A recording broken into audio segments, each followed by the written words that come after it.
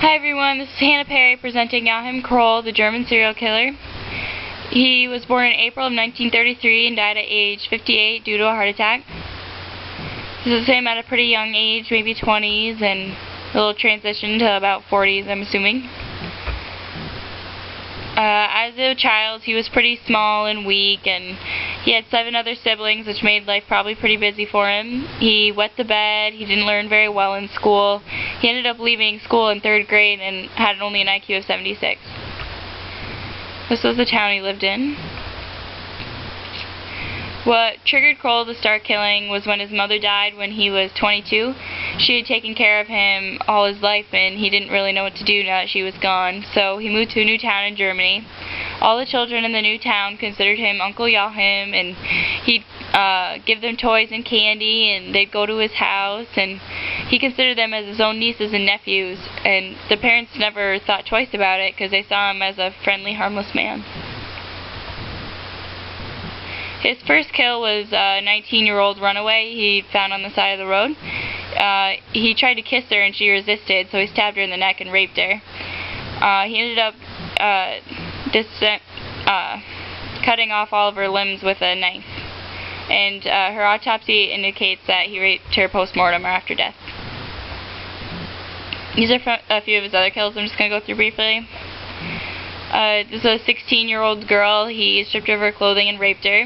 He also masturbated over her and left a significant deposit on her face and pubic area. The police had actually thought a gang had attacked her because it was so violent. He used a knife and cut off meat from her butt and thighs and eventually cooked and consumed it. The weird thing about the Manuela case is that another man had confessed to killing her 6 months later and was sentenced to 8 years in prison. He had served 5 years before Kroll was caught. This is a girl who actually had escaped one of his murders. He hit her on the head and she was knocked unconscious, and he thought she was dead, but she was actually still alive and escaped. Little Monica was taken on her way to school, and he removed the meat from her butt and thighs, and this time he even ate some at the scene. This was the first male Kroll ever killed. He was in the car with his girlfriend, and Kroll had slashed his tires to get him to come out, and when he did, he stabbed him in the heart. His girlfriend had actually saw Kroll do this, so she started stomping on the gas and horn to scare him away, and he ran. She gave a description to the police, but they still couldn't find him. This is a 5-year-old girl. He had convinced her to ride the train with him and walk with him, and he got her trust, and he was kind of curious to what it would be like to drown someone, so he walked until they found a deep river and he drowned her. And he also cut off part of her shoulder blade this time to see what different body parts would taste like. This was Kroll's oldest victim. He met her on a walk, and she didn't really want to talk to him, so that really insulted him, so he dragged her to the bushes and raped her. This was Kroll's last kill.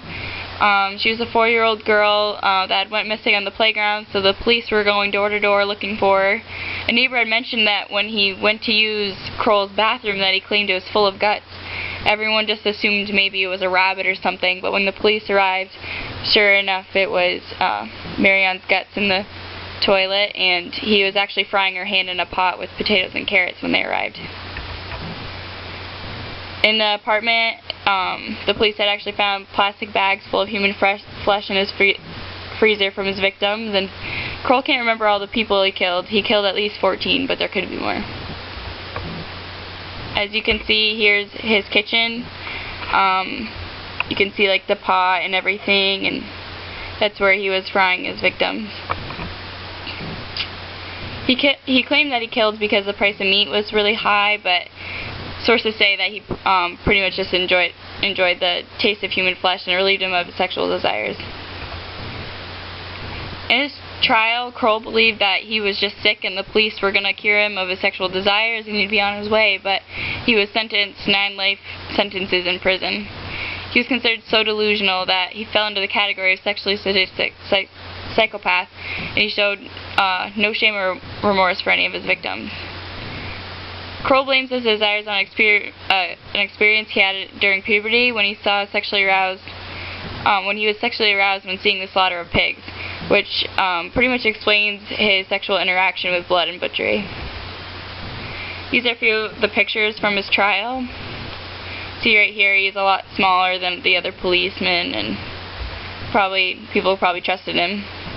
He was hiding in this picture too. This is him talking to his lawyer, and this is him in the courtroom right here.